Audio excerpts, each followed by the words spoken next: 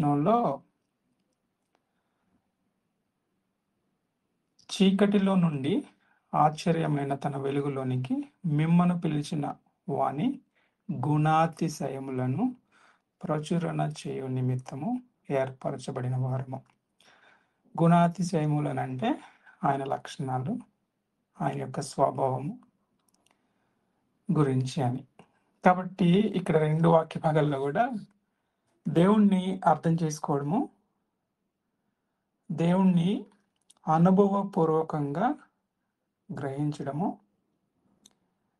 దానిని బట్టి ఆయన స్తుతించుకోవడము, కనపరచడము, ఆ లక్షణాలని ఇతరులకు పంచుతూ నిజమైన దేవుడు ఈయనే అని చెప్పడం ఎంతో ప్రాముఖ్యమైన విషయంగా మనకు అర్థమవుతుంది.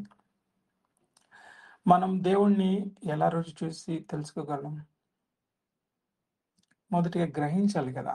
అంటే దేవుడు ఇలా ఉంటాడని మనం తెలుసుకునే ప్రయత్నం చేసి ఆయనను ఆ రీతిగా అర్థం చేసుకొని ఆయనకు లోబడుతున్నప్పుడు ఆయన యొక్క గొప్పదనము ఎలా ఉంటుందో మనకు అర్థమవుతుంది. ఇప్పుడు దేవుడు ఇన్ఫనైట్ బీయింగ్. మనలో కొద్దిమంది గుడ్ అకాడమిక్ బ్యాక్గ్రౌండ్ ఉన్న వాళ్ళు ఉండొచ్చు, అనేక మంది ఉండొచ్చు. ఇన్ఫనైట్ అనంతుడు అని అంటారు. అనంతము అని అంటే it is a never ending. దానిని పూర్తిగా కొలవడము, అర్థం చేసుకోవడము, దాని గురించి చెప్పడం అనేది అనంతం కాని వారు, అంటే ఫైనైట్ బీయింగ్స్ చెప్పడం అనేది ఇంపాసిబుల్ అన్నమాట. సింపుల్గా చెప్పాలనంటే అనంతుడైన దేవుణ్ణి పరిమితులు కలిగిన మానవుడు తెలుసుకోవడం అనేది సాధ్యమయ్యే పని కాదు. అందుకనే ప్రతి మానవుడు కూడా సొంతగా ప్రయత్నాలు చేసినప్పుడు విభిన్నమైన మతాలను సృష్టించుకుంటూ వచ్చినాడు, మతాలని ఫామ్ చేసుకుంటూ వచ్చినాడు. అయితే దేవుడు మనల్ని అట్లా ఒట్టిగా వదిలిపెట్టలేదు, కానీ ఆయన గురించి రివీల్ చేసుకున్నాడు, వ్యక్తపరుచుకున్న మాటలని మనం 66 పుస్తకాల సమూహంగా ఉన్న బైబిల్ గ్రంథంలో పొందుపరిచినట్లుగా గమనించవచ్చు. అయితే ఆయన లక్షణాలను, వ్యక్తిత్వాన్ని, గుణగణాలను ఆయన కాలాన్ని డిఫరెంట్ టైమ్స్లో రివీల్ చేసుకున్నాడు.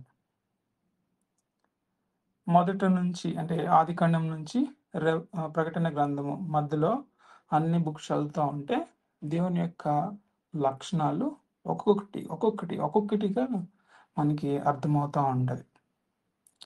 అలా అర్థం చేసుకొని ఆయనని కనపరిచి ఆయన గుణాతిశయములను ప్రచారం చేయడానికి మనం పిలువబడి ఉన్నాం. కాబట్టి మనం వాక్యంను బట్టి కాకుండా దేవుణ్ణి అర్థం చేసుకునే ప్రయత్నం చేయకూడదు. వాక్యంలో ఆయన వ్యక్తపరుచుకున్నప్పటికీ అవి దేవుని గూర్చి కొన్ని విషయాలు మాత్రమే. ఎందుకనంటే అనంతంగా ఉన్న దేవుని గురించి రాయడానికి బుక్స్ సరిపోవు. ఒక ఆయన ఏమంటున్నాడంటే ఆయన ప్రేమను గురించి రాయడానికే ఆకాశం అంతా బుక్ చేసుకొని సముద్రం అంతా సిర ఇంక్ తోటి పెన్నును పెట్టి రాస్తే సరిపోదన్నాడు. ఆయన యొక్క ప్రేమ లక్షణాన్ని గురించి మాట్లాడాలంటే మరి ఆయనకి ఇంకా అనేకమైన లక్షణాలు ఉన్నాయి. అవి కూడా మన కోసము మనం ఆయన అర్థం చేసుకోవడానికి రివీల్ చేసుకున్నవి. ఆయన రివీల్ చేసుకునే లక్షణాలు ఇంకా చాలా ఉన్నాయి. ఎందుకంటే ఆయన ఇన్ఫైనైట్ బీయింగ్, ఆయన అనంతుడు కాబట్టి. అయితే ఆయన రివీల్ చేసుకున్నప్పటికీ మన పాపపు స్వభావం ఏం చేసిందనంటే వాటిని పూర్తిగా అర్థం చేసుకోలేని పరిస్థితికి తీసుకెళ్తుంది. అందుకనే అనేక మంది బైబిల్ దగ్గరున్నా, చదువుతున్నా, మెడిటేట్ చేస్తున్నా, ఇంకా అనేక విషయాలను దేవుడు రివీల్ చేసుకున్న విషయాల్ని అర్థం చేసుకునే విషయంలో విఫలమవుతా ఉన్నాం అన్నమాట. అంటే సింపుల్గా చెప్పాలంటే మనకి స్వతహాగా దేవుణ్ణి అర్థం చేసుకోలేము అని. కాబట్టి దేవుని యొక్క సహాయం తీసుకొని దేవుని యొక్క లక్షణమైన ఆయన రోషము కలిగిన దేవుడు, ఇంగ్లీష్లో జలస్ గాడ్ అని ఉంటుంది, ఆయన యొక్క సహాయాన్ని తీసుకొని అర్థం చేసుకునే ప్రయత్నం చేద్దాం. ప్రార్థన చేసుకుందాం. ప్రేమ కలిగిన మా తండ్రి, పరిశుద్ధుడా, మహోన్నతుడా, పరిశుద్ధమైన నామానికి వందనాలు తండ్రి. మీ సహాయం కొరకు మీ పాదాల చెంతకు వస్తున్నాం తండ్రి. మీ గూర్చిన మాటలను మరింతగా తెలుసుకోవాలని ఆశపడతా ఉండగా మాకు సహాయం దయచేయండి. మా ఆలోచన, మా పరిధులు మిమ్మల్ని అర్థం చేసుకోవడానికి సరిపోవు. మీ సహాయాన్ని కోరుకుంటున్నాను. పరిశుద్ధాత్మ దేవ, మాకు సహాయం దయచేయమని కొద్ది ప్రార్థనను ప్రభువైన యేసుక్రీస్తు నామమున పేరిట అడిగి పెట్టుకుంటున్నాను తండ్రి. ఆమేన్. జలస్ అనే పదము మనం ఎప్పుడు వింటూ ఉంటాం, కొన్నిసార్లు దాన్ని మనమే చూపిస్తూ ఉంటాం, లేకుంటే వాడుతూ ఉంటాం.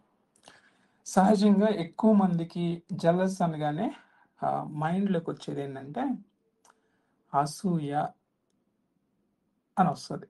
అంటే వేరే వాళ్ళకి ఒక వెహికల్, ఒక కారు, ఒక జాబ్, లేకుంటే ఫెయిర్నెస్, ఏదో మనకి లేని దాన్ని వేరే వాళ్ళు చూసినప్పుడు సహజంగా జలస్ అనేది వస్తుంది. ఇంకొంచెం ముందుకెళ్తే మనకి నచ్చిన వారు ఉన్నారనుకోండి, వాళ్ళు మంచిగా ఉంటున్నారంటే కొద్దిమంది దాన్ని అసూయగా చూస్తారు, అసూయ పడేలాగా చూస్తారు. అయితే ఇక్కడ జలస్ అనే వర్డ్కి ఉన్న మీనింగ్ అట్లాంటిది కాదు. ఎందుకంటే మనం ఇంతకుముందు 2 సెషన్స్లో ఆయన సెల్ఫ్ సఫిషియంట్ గాడ్, ఆయనకి లేనిదంటూ కొదువై ఉన్నదంటూ ఏమీ లేదు. కాబట్టి జలస్ గాడ్ అనే దాంట్లో ఈ మీనింగ్ని మనం పెట్టకూడదు. అయితే దేవుడు ఐఆమ్ జలస్ గాడ్ అని డిక్లేర్ చేసుకున్నాడంటే, అంటే చెప్తున్నాడనంటే దానికి ఉన్న మీనింగ్ ఏంటంటే, నాకు రావాల్సిన ఘనతని వేరే ఎవరికి ఇచ్చేలాగా నేను లేను, ఆ భావం తీసుకోవాలన్నమాట. ఎందుకనంటే ఆయన స్వతహాగా స్వయం సమృద్ధి గలవాడు. ఎవరైనా దేవుడికి నా సహాయం ఉంది అని అంటే ఆయనకి రోషం వస్తుంది, దాని తర్వాత కోపం వస్తుంది. ఆ విషయాన్ని మనం బైబిల్ గ్రంథంలో దేవుడు వ్యక్తపరుచుకున్న మాటలోనే మనం చూడవచ్చు. చూడండి, యోబు గ్రంథము 42వ అధ్యాయము 7వ వచనం. యోబు గ్రంథము 42వ అధ్యాయము 7వ వచనం. ఎవరైనా చదవగలరా?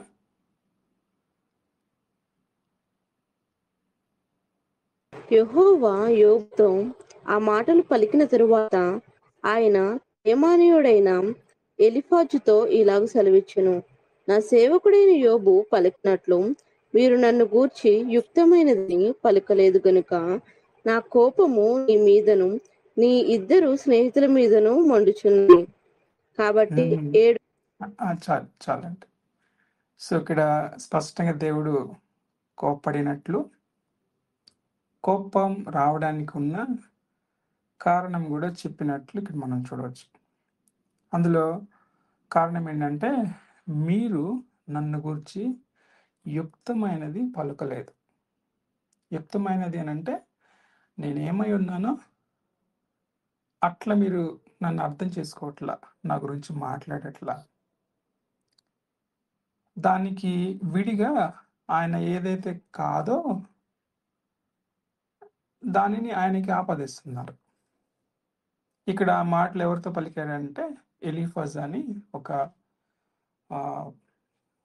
ఫ్రెండ్, యోబు ఫ్రెండ్.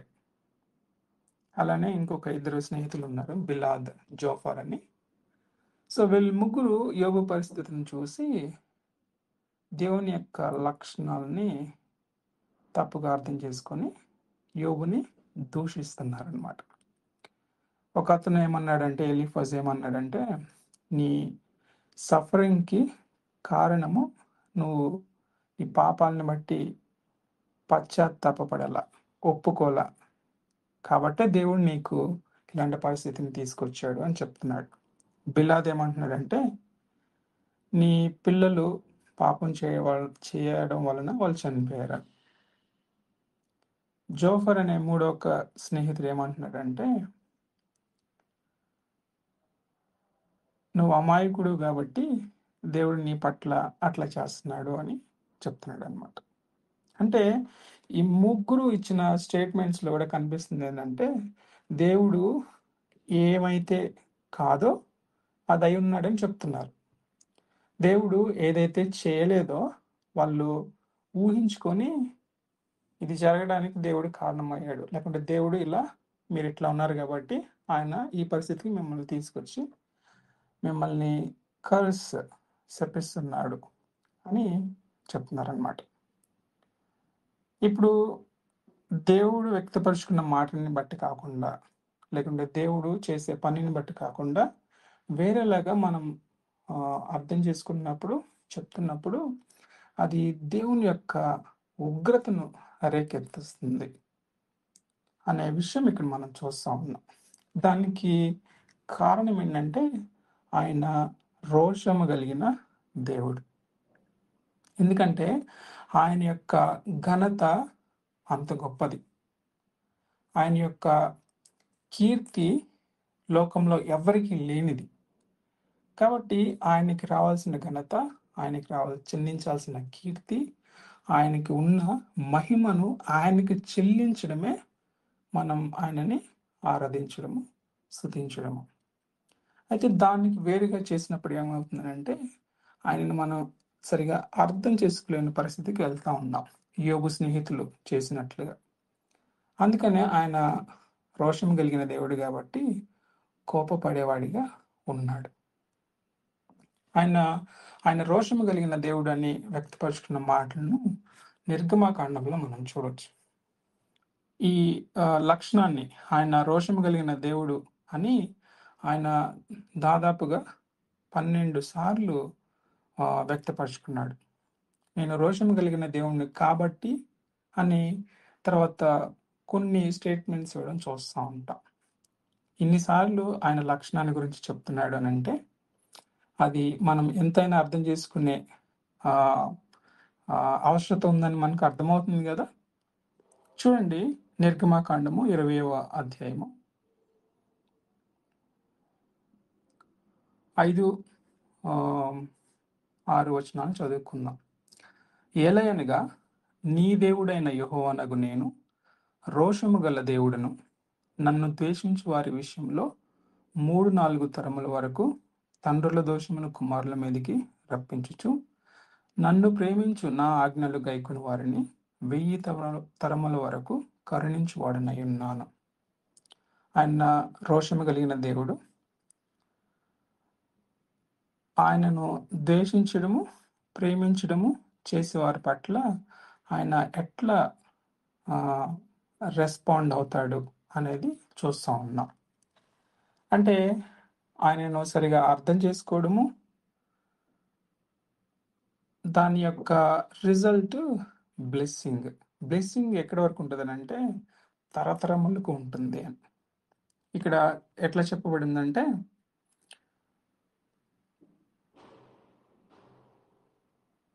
1000 తరముల వరకు అనే పదం వాడినట్టుగా మనం చూడవచ్చు. అలానే ఆయనని సరిగా అర్థం చేసుకోకుండా దూషించడం అంటే సహజంగా ఆయన ఏదైతే కాదో వేరేలాగా ఆయన గురించి చెప్పడము, మాట్లాడడము అయి ఉండొచ్చు. దానికి రిజల్ట్ ఎట్లా ఉంది? 3-4 తరముల వరకు దోషాన్ని కలిగి ఉంటారు. కాబట్టి ఆయన రోషం కలిగిన దేవుడు కాబట్టి ఆయన ఏమై ఉన్నాడో దానిని బట్టి ఆయనను అర్థం చేసుకోవడం అనేది చాలా ప్రాముఖ్యమైన విషయం అని మనకు అర్థమవుతుంది. అయితే జలస్ అనేది మనకొచ్చేదేమో అసూయ కలిగి, లేకుంటే మనకి లేని దానిని వేరే వాళ్ళు కలిగి ఉన్నారు కాబట్టి మనకి జలస్ వస్తా ఉంటది. అయితే దేవుడు మాత్రం ఆయనకి రావాల్సిన ఘనత వేరే వాళ్ళకి ఇచ్చేలాగా ఆయన లేడు. లేకుంటే ఆయన ఘనతని ఘనత లేని వానిగా వేరే వాళ్ళు చూడడము ఆయన సహించలేనిది. అందుకే దేవుడు రోషము కలిగిన దేవుడు. అయితే ఇది ఆహ్, ఆహ్, ఆయన రోషము కలిగిన దేవుడిగా ఉండటానికి ప్రధానమైన కారణాలేంటంటే, ఆయన యొక్క ఇతర లక్షణాలు దానికి బ్యాలెన్స్‌డ్‌గా ఉంటాయి. ఉదాహరణకు ఆయన పరిశుద్ధుడు గాబట్టి ఆయన రోషాన్ని కలిగి ఉంటాడు. ఆయన రోషము కలిగిన వాడు అని ఎవరైతే తప్పుగా అర్థం చేసుకుంటున్నారో వారి మీద ఉగ్రత చూపిస్తున్నాడనంటే ఆయన యొక్క పరిశుద్ధత రివీల్ చేస్తా ఉన్నాడు, కనబరుస్తా ఉన్నాడు. నేను రోషం కలిగిన దేవుడిని వ్యక్తపరుచుకుంటా, సరిగా అర్థం చేసుకోకపోతే మీ మీదకి దోషం వస్తది. మంచిగా అర్థం చేసుకుంటే మీ మీదకి బ్లెస్సింగ్స్ వస్తాయని ఎందుకు చెప్తున్నారంటే ఆయన ప్రేమ కలిగి ఉన్నాడు కాబట్టి. ఇప్పుడు ఈ మాటలు చెప్పినప్పుడు అంటే నిర్గమకాండము 20వ అధ్యాయము 5, 6 వచనాల్లో ఈ మాటలు ఇశ్రాయేల్ ప్రజలతోటి మాట్లాడుతున్నట్టుగా, ఇశ్రాయేల్ ప్రజలు ఈజిప్టులో ఉన్న బానిసత్వం నుంచి విడిపింపబడిన తర్వాత చెప్తున్నట్టుగా మనం చూడవచ్చు. ఎందుకు ఇశ్రాయేల్ ప్రజలకి నేను రోషం కలిగిన దేవుణ్ణి, మీరు నన్ను అర్థం చేసుకోకపోతే, లేకుంటే ఇంకొంచెం ముందుకెళ్తే ఆయన కమాండ్మెంట్స్‌లో స్పష్టంగా రాయబడి ఉంటది. నాకు మారుగా వేరొక దేవుణ్ణి సృజించుకోవడము, లేకుంటే నాలాగా వేరొక ఫామ్‌ని మీరు పెట్టుకోవడము, లేకుంటే నేను కాకుండా ఎవరైతే దేవతలు అని కొలవబడుతున్నారో వాళ్ళ వెంట మీరు వెళ్తున్నప్పుడు ఎళ్ళకూడదు అని చెప్పిన విషయాల్ని 10 ఆజ్ఞల్లో మనం చూస్తా ఉంటాం. ఇప్పుడు ఎందుకంటే ఆయన కేవలము ఒక జలస్‌తో చెప్పట్ల. మీరు వేరే వాళ్ళ దేవుడి వైపు వెళ్తే నాకు ఫాలోవర్స్ తగ్గుతారని చెప్పట్ల. ఆయన స్వభావము రోషము కలిగిన దేవుడు కాబట్టి చెప్తున్నాడు. రెండోది ఆయన కేవలం నేను రోషము కలిగిన దేవుడిని అని చెప్పుకోవట్ల. కేవలం అలానే చెప్పుకోవట్ల. ఆయన దాన్ని చెప్పకముందే దాన్ని రుజువుపరిచాడు. ఎలానో మనం చూడొచ్చు. ఇశ్రాయేల్ ప్రజలు ఈజిప్ట్‌లో బానిసలుగా ఉన్నారప్పుడు. తర్వాత దేవుడు వాళ్ళని విడిపించడానికి ఆయన యొక్క శక్తిని వారికి కనబరిచాడు. ఎట్లా? తెగుళ్ళను తెప్పించాడు. ఎందుకు దేవుడు ఇలాంటి ప్యాటర్న్‌ని చూజ్ చేసుకున్నాడు? అంటే ఇలాంటి తెగుల్ని ఎందుకు చూజ్ చేసుకున్నాడని చూసినప్పుడు ఈజిప్ట్‌లో గూడా అనేక దేవుళ్ళను వాళ్ళు చేసుకున్నారు. ఒక్కొక్క దేవుడికి ఒక్కొక్క స్పెషలైజేషన్ ఉండేలాగా వాళ్ళు చేసుకున్నారు. అంటే మనకి మిడతలు గానీ, కప్పలు గానీ, చీకటి గానీ, లేకుంటే మొదటి బిడ్డ చనిపోవడం గానీ, ఇలాంటి తెగులు వాళ్ళ మీదకి ఎందుకు దేవుడు రప్పించాడనంటే ఆయన రుజువుపరుచుకుంటున్నాడు. వాళ్ళు ఏ దేవతలను సృజించుకుంటున్నారో, లేకుంటే వాళ్ళు కొలుస్తా ఉన్నారో దే ఆర్ పవర్‌లెస్. వాళ్ళు కేవలం మీరు దేవుళ్ళుగా అనుకుంటున్న వాళ్ళే గానీ, నిజానికి దేవుడు నేనే అని రుజువుపరచుకోవడానికి ఆ తెగులును రప్పించాడు. ఒక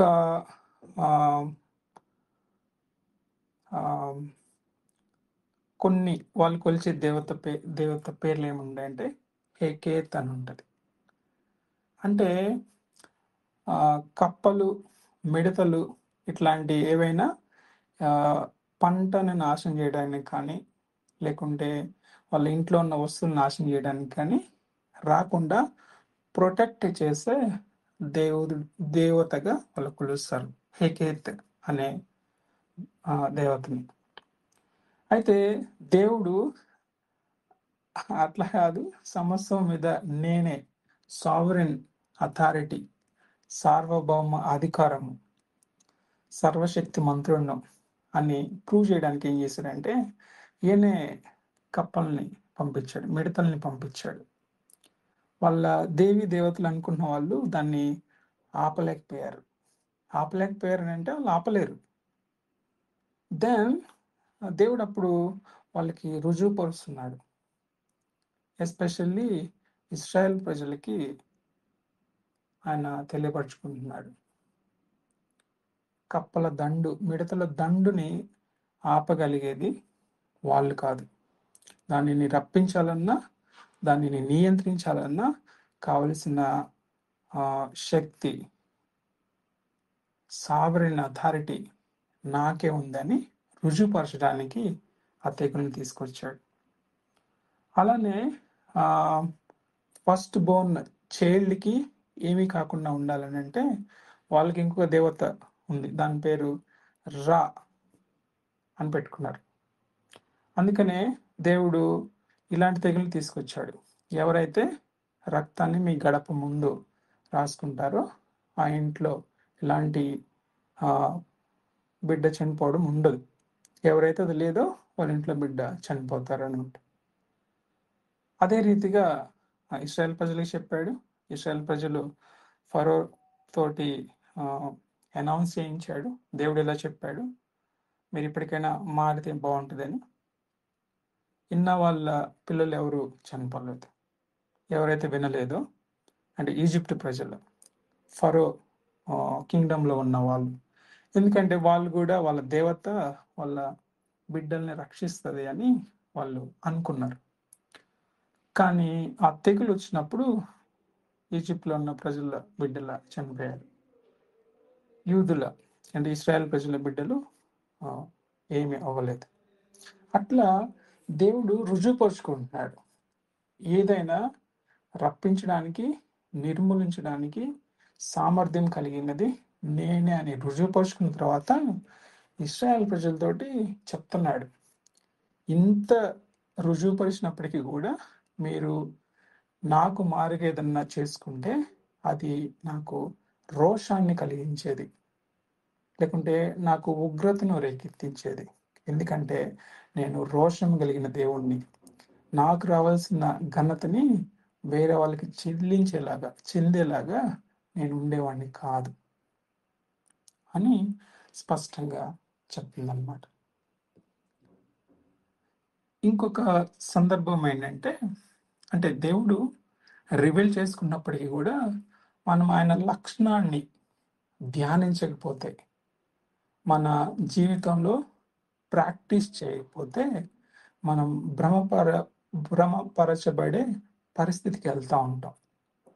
చూడండి, అదే ఇశ్రాయేల్కి రుజువు చేసిన దేవుణ్ణి వాళ్ళు 32వ అధ్యాయంలో వచ్చేసరికి మరిచినట్లుగా, లేకుంటే పక్కన పెట్టినట్టుగా, లేదంటే వాళ్ళు ఇంకొక దేవుణ్ణి చేసుకున్నట్లుగా కనిపిస్తుంది. నిర్గమాకాండము 32వ అధ్యాయము 4 నుంచి 6 వచనాలు చదివే ప్రయత్నం చేద్దాం. 32వ అధ్యాయము నిర్గమాకాండము 32వ అధ్యాయము 4, 5, 6. అతడు వారి యుద్ధ నుండి వాటిని తీసుకుని పొగరతో రూపము ఏర్పరిచి దానిని పోత పోసిన దూడగా చేసెను. అప్పుడు వారు, ఓ ఇశ్రాయేలు, ఐగుప్తు దేశంలో నుండి నిన్ను రప్పించిన నీ దేవుడు ఇదే అనిరి.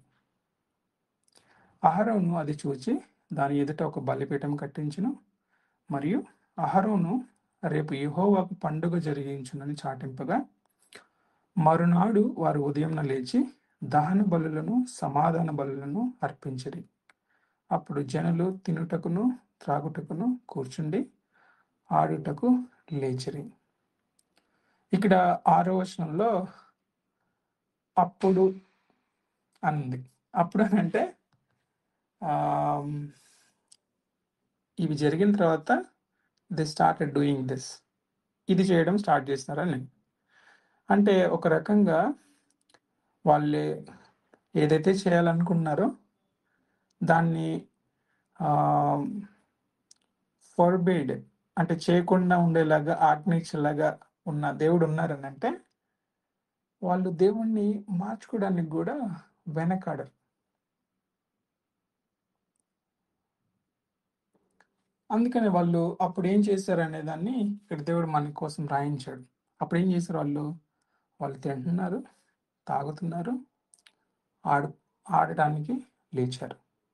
ఇక్కడ తినుటకు, త్రాగుటకు, ఆడుటకు అనేవి ఆ పాపంగా చూస్తామా మనం? చూస్తాం. సందర్భాన్ని బట్టి తినడం అనేది తప్పు. న్యూ టెస్ట్‌మెంట్‌లో లేకుంటే మనకు సహజంగా తిండిబోతుతనం అనేది సిన్. కావాల్సిన దానికన్నా అచ్చమిగ తిండి మీదే కూర్చోవడం అనేది పాపం అన్నమాట. తిండిబోతుని దేవుడు అసహ్యించుకుంటాడు. వారి కడుపే వారికి దేవుడు అనే పదం వాడుంటది న్యూ టెస్ట్‌మెంట్‌లో. అంటే వాళ్ళకి ఏదైతే ప్లీజింగ్ అనిపిస్తదో దాన్ని ఎంతవరకు కావాలనే దాన్ని కాకుండా ఇక తినడమే పనిగా పెట్టుకుని ఉండేవారుగా ఉంటారనమాట. అట్లా ఏదైతే కొన్ని పదార్థాలు దేవుడు తినకూడదని చెప్పాడో they started doing having them. దానిని తినడానికి చేశారనమాట. అలానే తాగడం తప్పనంటారా? కాంటెక్స్ట్‌ని బట్టి ఉండేది. వాటర్ తాగడం తప్పు కాదు. బట్ ఆల్కహాల్ మద్యం తీసుకోవడం తప్పు. విషం తీసుకోవడం తప్పు.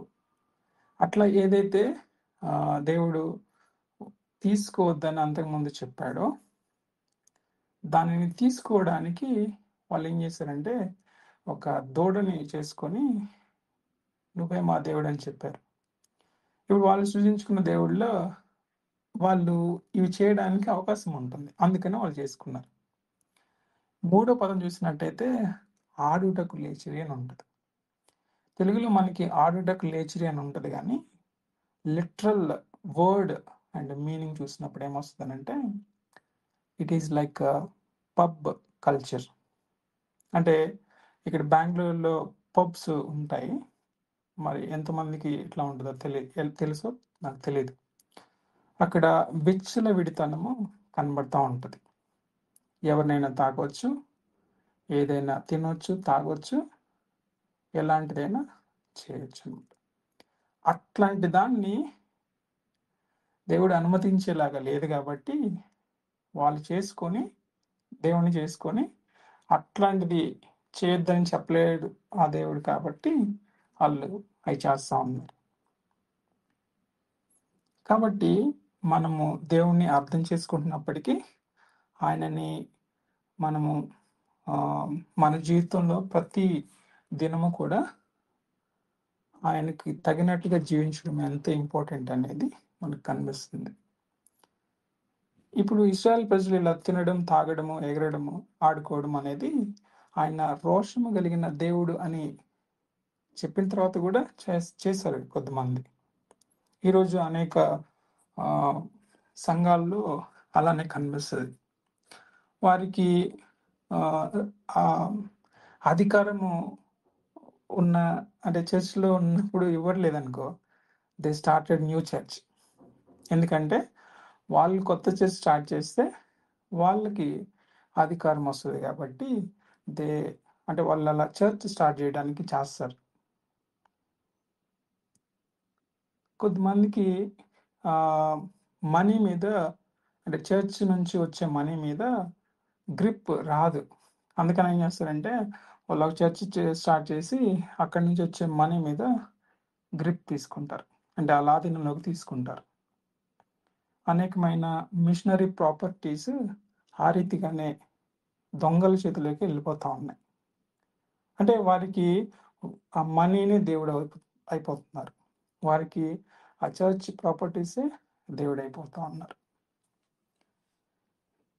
అలానే కొద్దిమంది ఏం చేస్తారనంటే వాళ్ళ పాస్టర్ దేవుడి కన్నా పైన పెట్టుకుంటారు. దేవుడిని ఏమన్నా అంటే వాళ్ళేం ఊరుకోరు. కానీ వాళ్ళు పాస్టర్ని అంటే మాత్రం వెంటనే కత్తులు బాంబులు వేస్తారు. కొంతమంది డినామినేషన్ అంటే చెవులు కోసుకుంటారు, రక్తం చిందిస్తారు. మా డినామినేషన్ అంటావా? అట్లా దేవునికి మాత్రమే ఇవ్వాల్సిన స్థానాన్ని డబ్బులకి, ఘనతకి, అంటే సెల్ఫ్ ప్రైడ్, అలానే వ్యక్తులకి, ఇంకొంచెం ఎక్స్ట్రీమ్ వెళ్తే పాస్టర్స్కి, ఇంకొంచెం ఎక్స్ట్రీమ్ వెళ్తే వాళ్ళ డినామినేషన్కి ఇస్తూ ఉంటారు అన్నమాట. అయితే వీళ్ళు ఎవరు కూడా ఘనతకు, కీర్తికి, మన ఆరాధనకు, స్థుతికి పాత్రలు కారు. దేవుడు మాత్రమే. అందుకనే దేవుడు ఇశ్రాయేలు ప్రజలతోటి అనేక మార్లు నేను రోషం కలిగిన దేవుణ్ణి కాబట్టి మీరు నన్ను ఇలా అర్థం చేసుకోవాలి, మీరు అలా ఉండకూడదు అని అనేక మార్లు చెప్తా వచ్చాడు. అయితే దేవుడు మనకి ఆయన ఆయన స్వభావాన్ని తెలుసుకోకుండా నన్ను అర్థం చేసుకోండి అని అలా వేగ్లో వదిలేయాల, అంటే గందరగోళంలో పడేలా. ఆయన ఏమై ఉన్నాడో ఆయన కనబరుచుకుంటా ఉన్నాడు. మనం ఆ మాటల్ని అపోస్తలుల కార్యములలో బుక్లో మనం చూడవచ్చు. అంటే కొంతమంది క్రైస్తవేతరులు ఉన్నారనుకోండి, జనరల్గా వాళ్ళు రేపు చెప్పే మాట ఇలా ఉండొచ్చు: మా దగ్గర బైబిల్ రాలేదు, ఎవరు ఇవ్వలేదు, ఎవరు చెప్పలేదు, మీ గురించి మాకు ఎట్లా తెలుస్తుంది దేవుడా అని అడుగుతారు. అడిగే పరిస్థితి కూడా వాళ్ళు తీసుకుంటారు. బట్ దేవుడు ఎవరికి రివీల్ చేసుకోకుండా ఆయన ఉండల. అదే మాటలు ఇక్కడ అపోస్తలుల కార్యములు 17వ అధ్యాయము 24 నుంచి 27 వచనాలలో ఆయన రెవల్యూషన్ ఆయన ఏ రీతిగా కనబరుచుకుంటున్నాడని మనం చూడవచ్చు. దీన్ని జనరల్ రెవల్యూషన్ అని అంటాం సహజంగా. అంటే అది క్రైస్తవులకు మాత్రమే కాదు, లేకపోతే బైబిల్లో అందుబాటులో ఉన్న వారికి మాత్రమే కాదు, అందరికీ ఆయన కనబరుచుకున్న ఆయన లక్షణాలు. చూడండి అక్కడ ఏమని ఉంది, అపోస్తలుల కార్యములు 17వ అధ్యాయము 24 నుంచి 27. జగత్తును అందరి సమస్తమును నిర్మించిన దేవుడు తానే ఆకాశమునకును భూమికిని ప్రభువైనందున హస్తకృతములైన ఆలయంలో నివసింపడు. ఆయన అందరికిని జీవము, ఊపిరిని, సమస్తమును దయచేవాడు కనుక తనకు ఏదైనాను కొదువు ఉన్నట్టు మనుషుల చేతులతో సేవింపబడేవాడు కాడు.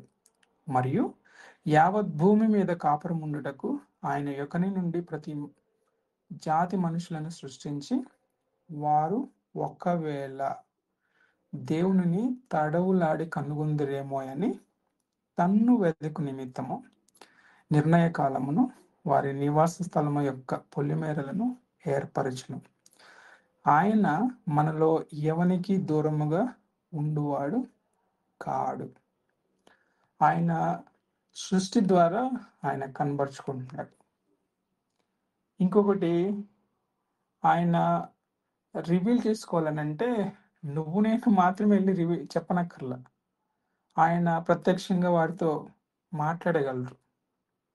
అవ్వాదములతోటి దేవుడు మాట్లాడడానికి, పర్సనల్ రిలేషన్షిప్ కలిగి ఉండటానికి ఇష్టపడ్డాడు. అదే రీతిగా ప్రతి ఒక్కరితోటి దేవుడు అలాంటి పర్సనల్ రిలేషన్షిప్ ఉండాలని కోరుకునేవాడిగా ఉన్నాడు. ఆయన సృష్టి ద్వారా ఆయన యొక్క గొప్పదనాన్ని అందరికీ తెలియపరుస్తూ ఉన్నాడు.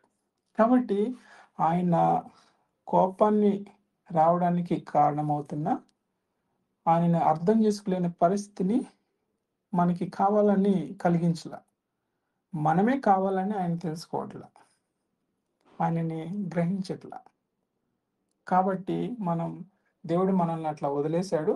రెండోది, నన్ను గుర్తుపట్టకపోతే, కనుగొనకపోతే మీ మీద కోపం వస్తుందన్న అలా వ్యర్థంగా చెప్పట్ల. ఆయన ఎన్ని రీతిలుగా మనం అర్థం చేసుకునే విధానంలో వ్యక్తపరుచుకుంటానే ఉన్నాడనమాట. అందుకనే ఆయన ఉగ్రత ఎప్పుడైతే మనం ఆయనని తృణీకరిస్తున్నామో, ఆయన లక్షణాలని వ్యతిరేకంగా అర్థం చేసుకుంటున్నామో, ఆయన యొక్క ప్రేమను, ఆయన ఇచ్చే రక్షణను తృణీకరిస్తున్నామో, ఆయన ఉగ్రతకు పాత్రలం అవుతున్నాం. ఆయన స్వతహాగా ఎట్లా పడితే అట్లా ఎవరి మీద పడితే ఆయన ఉగ్రత చూపించేవాడు కాదు. ఆయన యొక్క గొప్పదనాన్ని వేరే వాళ్ళకి చెల్లిస్తున్నప్పుడు ఆయన రోషాన్ని కలిగించే పరిస్థితికి వెళ్తా ఉంది. అయితే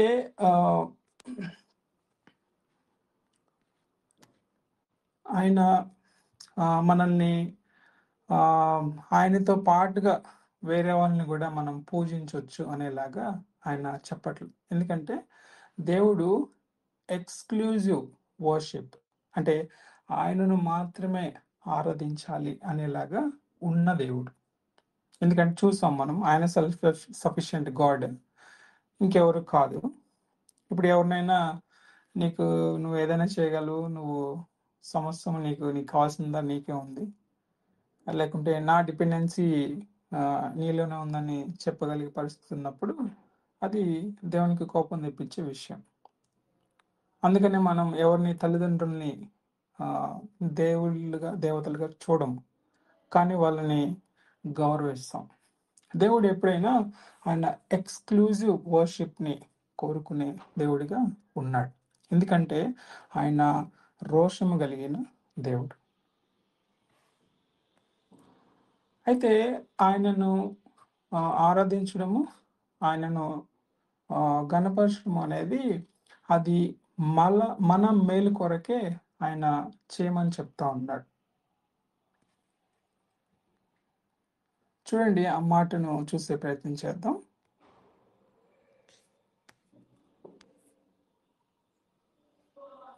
ద్వితీయోపదేశ కాండము 10వ అధ్యాయము 13వ వచనం. ద్వితీయోపదేశ కాండము 10వ అధ్యాయము 13వ వచనం. నీ మేలు కొరకు నేడు నేను నీకు ఆజ్ఞాపించు యెహోవా ఆజ్ఞలను కట్టడలను అనుసరించి నడుచుకుందును మాట కాక నీ దేవుడైన యెహోవా నిన్ను మరి ఏమి అడుగుచున్నాడు? ఇక్కడ 2 విషయాలు కనిపిస్తున్నాయి. What is good for us, మనకి మేలైనది ఏది, అలాంటి మేలులు పొందటానికి what we have to do, మనం ఏది చేయాలి. ఈ 2 విషయాలే కదా దేవుడు మన దగ్గర నుంచి కోరుకుంటున్నది అని ఇక్కడ వాక్య భాగంలో చెప్పబడతా ఉంది. స్పష్టంగా ఆయనని అనుసరించి నడుచుకునడం అనేది it is good for us. ఎందుకంటే ఆయన సెల్ఫ్ సఫిషియెంట్ గాడ్ అని చూసాం కాబట్టి, మన ఆరాధన కొదువైంది కాబట్టి మనల్ని చేయమనట్ల. మనం చెల్లించే కీర్తి ఆయనకి కొత్తగా వస్తుందేమో అని ఆయన మనల్ని కీర్తించమని అడగట్లు. అది మన మేలు కొరకే అనే విషయాన్ని ఇక్కడ మనం చూస్తూ ఉన్నాం అన్నమాట. ఇప్పుడు ఆయన రోషము కలిగిన దేవుణ్ణి అని చెప్పుకుంటున్నాడు అని అంటే, ఆయన కొత్తగా మనకేమి లేదు, కొత్తగా ఆయనకి ఏదన్నా వస్తుందని ఆయన చెప్పట్ల. ఆయన సృష్టిలో భాగమై ఉన్న మనము ఆయన రోషము కలిగిన దేవుడు అని అర్థం చేసుకొని ఆయన మాటలను అనుసరించి జీవించినప్పుడు అది మనకి మేలుగా ఉంటుంది. అందుకని ఆయన రోషము కలిగిన దేవుడు అనే విషయాన్ని ఎక్కువగా చెప్తా ఉన్నాడు. లేకుంటే అర్థం అవ్వాలని అనేక మార్లు ప్రజలకి చెప్తా ఉన్నాడు. మనకి రోషము కలిగిన దేవుడు అని రివీల్ చేసుకోవడానికి స్క్రిప్చర్లో అనేక మార్లు పెట్టాడు. ఆయనను అర్థం చేసుకోవడం అనేది అది మనకు మేలులు కలిగించే విషయం అని ఈ వాక్య భాగాన్ని బట్టి అర్థమవుతుంది. అయితే మనం చెల్లించే ఆరాధన లేకుంటే స్తుతి ఎట్లా పడితే అట్లా ఎంటీగా చేయడానికి మనల్ని ఆరాధించమనట్ల, మనల్ని స్తుతించమనట్ల. ఆయన ఏ రీతిగా రివీల్ చేసుకుంటున్నాడో, ఏ రీతిగా వ్యక్తపరుచుకుంటున్నాడో, రుజువుపరుచుకుంటున్నాడో, దానిని బట్టి ఆయనను తగినట్లుగా ఇచ్చిన ఆజ్ఞలను అనుసరించడము అది మన మేలు కొరకే అనే మాటల్ని మనం చూస్తా ఉన్నాం. ఇప్పటి వరకు మనం చూసిన మాటల్లో ఆయన యొక్క జెల్లస్ నేచర్ అనేది ఆయనకి కొదువై ఉండి వేరే వాళ్ళకి ఉన్నదని కాదు, కానీ ఏ ఘనతకైనా, కీర్తికైనా, మహిమకైనా ఆయన మాత్రమే యోగ్యుడు కాబట్టి ఆయన జెలస్ గాడ్ అని డిక్లేర్ చేసుకుంటున్నాడు. అలానే ఆయన ఈ మాటల్ని ఇస్రాయేల్ ప్రజలతోటి అనేక మార్లు చెప్పినప్పుడు వేరే వాటి వైపు మనం ఆరాధికులుగా వెళ్ళకూడదు అనే విషయాన్ని ఎంఫసైజ్ చేస్తున్నట్లుగా మనం చూస్తున్నాం. అలానే వేరే వాటి వైపుకు వెళ్ళినప్పుడు ఇస్రాయేల్ ప్రజల మీదకి ఏ రీతిగా ఆయన కోపాన్ని చూపించాడో, అదే రీతిగా ఎవరైనా ఆయన లక్షణాలను వేరేగా అర్థం చేసుకున్నప్పుడు ఆ కోపం మన మీదకి వస్తుందని చూసాం. అందులో యోబు యొక్క స్నేహితులతో దేవుడు పలికిన మాటని చూసాం. అలానే ఆయన లక్షణాలను అర్థం చేసుకునేలాగా ఉండే పరిస్థితుల్లో మనల్ని పెట్టలేదు. ఆయన సృష్టి ద్వారా, ఆయన మాటలు పొందుపరిచిన లేఖనాల ద్వారా ప్రత్యక్షంగా ప్రభువైన యేసుక్రీస్తుని మనకి అనుగ్రహించడం వలన, ఇంకా పరిశుద్ధాత్మ దేవుణ్ణి వాక్యాన్ని అర్థం చేసుకోవడానికి మనకి సహాయకుడిగా పంపించడం వలన ఆయన గుణగణాలను మనకి కనబరుచుకుంటున్నాడు. అలానే ఆయన రోషము కలిగిన దేవుడు అని చెప్తున్నాడు అని అంటే, మనతోటి ఆయన ప్రేమ కలిగి ఎక్స్క్లూజివ్ రిలేషన్షిప్ కలిగి ఉండి ఎక్స్క్లూజివ్ వర్షిప్ని చేసేవారిగా మనం ఉండాలని ఆయన కోరుకుంటున్నాడు. ఆయన ఆజ్ఞలను కనబరుచుకోవడం కానీ, ఆయన వ్యక్తిత్వాన్ని కనబరుచుకోవడం కానీ, ఆయన ఆజ్ఞలను ఇవ్వడం కానీ, ఇవన్నీ కూడా మన మేలు కొరకే ఆయన చేస్తున్నాడని ఇప్పటి వరకు చూస్తూ వచ్చాం. ఆయన యొక్క లక్షణాలను మరింతగా అర్థం చేసుకోవడానికి దేవుని చిత్తం అయితే మనం ఇంకొక సెషన్లో మాట్లాడుకునే ప్రయత్నం చేయొచ్చు. దేవుడు ఈ మాటలను దీవించిన గాక. ప్రార్థన చేసుకుందాం. మహాగణుడ, మహోన్నతుడ, పరిశుద్ధమైన దేవ, మీ మాటల ద్వారా మీ యొక్క గుణగణాలను మాకు వ్యక్తపరుస్తున్నందుకు మీకు స్తుతులు చెల్లించుకుంటున్నాను. తండ్రినైనా మేము అడిగిన రీతిగా మీరు మాకు సహాయం చేశారు, దాన్ని బట్టి మీకు స్తుతులు చెల్లించుకుంటున్నారు. తండ్రినైనా మీరు రోషం కలిగిన దేవుడు, మీకు రావాల్సిన ఘనతని వేరే వాళ్ళకి చెందేలాగా మీరు అనుకోరని, మీ యొక్క ఎక్స్క్లూజివ్నెస్ మీరు మాత్రమే కలిగి ఉండే లక్షణాన్ని బట్టి మిమ్మల్ని ఆరాధించుకుంటున్నాను. తండ్రినైనా మిమ్మల్ని మీరు వ్యక్తపరచుకోకుండా మిమ్మల్ని అర్థం చేసుకోమని మీరు చెప్పలేదు. మీరు ఏ రీతిగా మేము అర్థం చేసుకోవాలో సమస్తాన్ని నాయన మా ముందు పెట్టారు. తండ్రి నాయన, సమస్త ప్రజలు అర్థం చేసుకునేలాగా మీ సృష్టిని మా ముందు పెట్టారు. మీ యొక్క గొప్పదనాన్ని, మీరు సృష్టికర్త ఉన్నారని, మీరు సృష్టిని ఎంత బ్యూటిఫుల్గా చేశారని, ఎట్లాంటి ఉద్దేశాన్ని, ప్రణాళికని కలిగి ఉన్నారని, ప్రత్యేకంగా మనిషిని ఏ రీతిగా నిర్మించారని మీ యొక్క గొప్పదనాన్ని నాయన మాకు తెలియపరుస్తూ ఉన్నారు. తండ్రి నాయన, మీరు రిటర్న్ ఫామ్లో లేఖనాలను మాకు ఇచ్చారు. ప్రభువైన యేసుక్రీస్తుని మా మధ్యకు పంపించి దేవుడు ఎలా ఉంటాడని నాయన రుజువుపరిచాడు. ప్రత్యక్షంగా పర్ఫెక్ట్ ఎగ్జాంపుల్గా ఉండి దేవుడు ఎంతటి పరిశుద్ధుడో తండ్రి నాయన యేసు ప్రభు ద్వారా మాకు తెలియపరిచారు. తండ్రి నాయన, క్రీస్తుని అంగీకరించిన ప్రతి ఒక్కరికి కూడా మీరు పరిశుద్ధాత్మ దేవుణ్ణి సర్వసత్యంలోకి నడిపించడానికి నాయన మాకు సహాయకుడిగా పంపించారు. అట్లా మీ గురించిన ప్రతి విషయాన్ని మేము అర్థం చేసుకోవడానికి నాయన అనేక మార్గాలను మేము ముందుంచారు. ఇప్పటికీ మేము వాటిని గ్రహించలేనప్పుడు అది మీకు కోపాన్ని తెప్పించేదిగా ఉంటుందని ఈ యొక్క రోషము కలిగిన లక్షణాన్ని మాకు తెలియపరిచినందుకు మీకు స్తుతులు చెల్లించుకుంటున్నాను. తండ్రి నాయన, మీరు మాతోటి పర్సనల్ రిలేషన్షిప్ని కలిగి ఉండాలని మీరు మొదటి నుంచి ఉద్దేశించారు. తండ్రి నాయన, మరి మీ నుంచి దూరంగా వెళ్ళి మేము దేనిని వెంబడించినా అది మా మీదకి కర్స్ని, నాశనాన్ని తీసుకొచ్చేలాగా ఉంటుంది అని మిమ్మల్ని ఆరాధించడము, మీ ఆజ్ఞలకు లోబడి ఉండడము అది మాకు మేలుకరమైనదని, దానికి మించి ఏ మేలు మీకు విడిగా లేదు అని మీరు మాకు తెలియపరిచినందుకు తండ్రి మీకు వందనాలు చెల్లించుకుంటున్నాను. తండ్రి నాయన, ఈ మాటలు విన్న ప్రతి ఒక్కరిని తండ్రి నాయన మీరు జ్ఞాపకం చేసుకునండి. ఈ మాటలను ఫలించడానికి మా హృదయంలో ఆయన డీప్గా నాటబడడానికి, ఆ రీతిగా మిమ్మల్ని స్తుతించేవారిగా, అనుసరించేవారిగా మేమందరం ఉండటానికి సహాయం దయచేయమని కొద్ది ప్రార్థన ప్రభువైన యేసుక్రీస్తు నామమున పేరిట అడిగి వేడుకుంటున్నాను తండ్రి. మన తండ్రి అయిన దేవుని యొక్క ప్రేమయు, ప్రభు అయిన యేసుక్రీస్తు వారి యొక్క కృపయు, పరిశుద్ధాత్మ దేవుని నిత్య అన్యోన్య సహవాసము మనందరికీ ఇప్పుడును ఎల్లప్పుడూ సదాకాలం ఉండును గాక. ఆమేన్.